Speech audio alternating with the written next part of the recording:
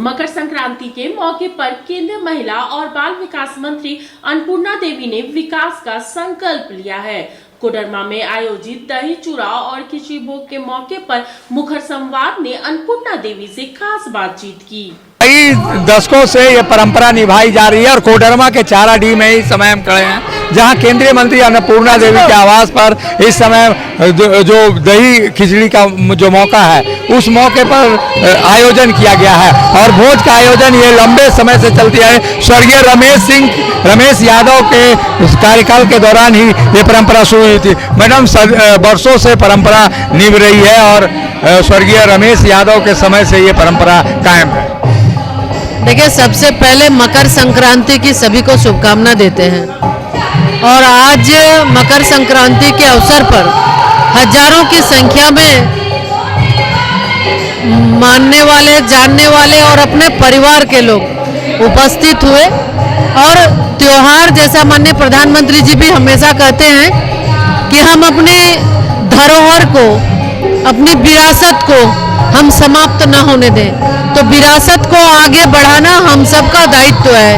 और आज इस कार्यक्रम के अवसर पर यही चीज़ देखने को मिलता है कि सभी लोग दूर दूर से, हमारे सभी वरिष्ठ साथी, वरिष्ठ पार्टी के वरिष्ठ नेता हों या विभिन्न समाज के या दूसरे भी दल के मानने वाले लोग भी, सब लोग एकत्रित होते हैं, एक साथ मिलते हैं और त्योहार मनाते हैं। तो हम, और ये लगातार कई वर्षों से ये कार्यक्रम चलता है, लोगों का स्नेह मिलता है, सभी आते हैं। और निश्चित रूप से हम सबसे आग्रह करेंगे, अपील करेंगे कि हम अपनी संस्कृति, अपना धर्म और धरोहर को हम बचाएं और आने वाली पीढ़ी को एक ये संदेश जरूर दें हम कैसे त्योहार मनाते हैं, ताकि जो आने वाली पीढ़ी है वो भी आगे इस चीज़ को आगे बढ़ाते रहे। मैडम, महिलाओं का दौर है और इस समय झारखंड में मैया सम्मान योजना के जरिए और आधी आबादी का जो आधार दिखाई दे रहा है, आप भी खुद महिला हैं और महिला बाल विकास भी संभाल रही हैं।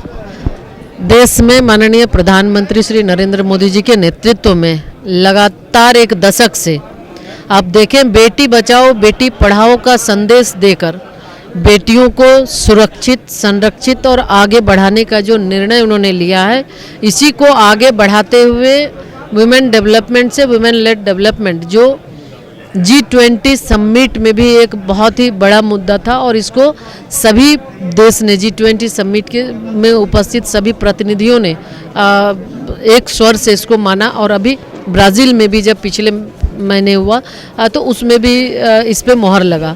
तो महिला सशक्तिकरण की दिशा में देश के आदरणीय प्रधानमंत्री नरेंद्र मोदी जी के नेतृत्व में कई काम हो रहे हैं। 3 लाख करोड़ से ज़्यादा का बजट महिला सशक्तिकरण में विभिन्न विभागों के माध्यम से किया जा रहा है। तो ये माननीय प्रधानमंत्री जी के स्वभाव में, माननीय प्रधानमंत्री जी का ये एक लक्ष्य है, विजन है कि महिलाओं को, आधी आबादी को हम आगे बढ़ाएं। और आधी आबादी को हम कुछ फ्री भी देके आगे नहीं बढ़ा सकते हैं, बल्कि उसको सशक्त करके वो महिला, चाहे वो सेल्फ हेल्प ग्रुप के माध्यम से लखपति दीदी बनाकर हो, चाहे ड्रोन दीदी बनाकर हो, या बेटियों को सैनिक स्कूल जैसे रक्षा के क्षेत्र में उसको हम उसके लिए हम जगह हम दे, या फिर विभिन्न क्षेत्रों में आज अगर हम देखें तो जिस तरह से अंतरिक्ष के मामले में भी, यानी कि जब मतलब जितने भी विभाग है, हर विभाग के माध्यम से ये माननीय प्रधानमंत्री जी की सोच रही है कि महिलाओं को हम आगे बढ़ाएं। ये 2 बार से अब कोडरमा की जनता आपको मौका दे रही है, कुछ रोल मॉडल आपने रखा है आने वाले दिनों में, या कोडरमा कहाँ पहुँचा है? नहीं, बिल्कुल कोडरमा, देखिए, विकास कोई एक दिन का नहीं है। विकास वो सतत है, वो निरंतर है और वो चलता रहता है। तो ये हमारा प्रयास भी है कि चाहे शिक्षा हो, चाहे पर्यटन हो, स्वास्थ्य हो या अन्य सभी क्षेत्रों में विकास हो, और सतत इस पर काम चल रहे हैं। अभी भारत सरकार की ओर से जो तिलैया डैम है, बहुत ही प्रसिद्ध है।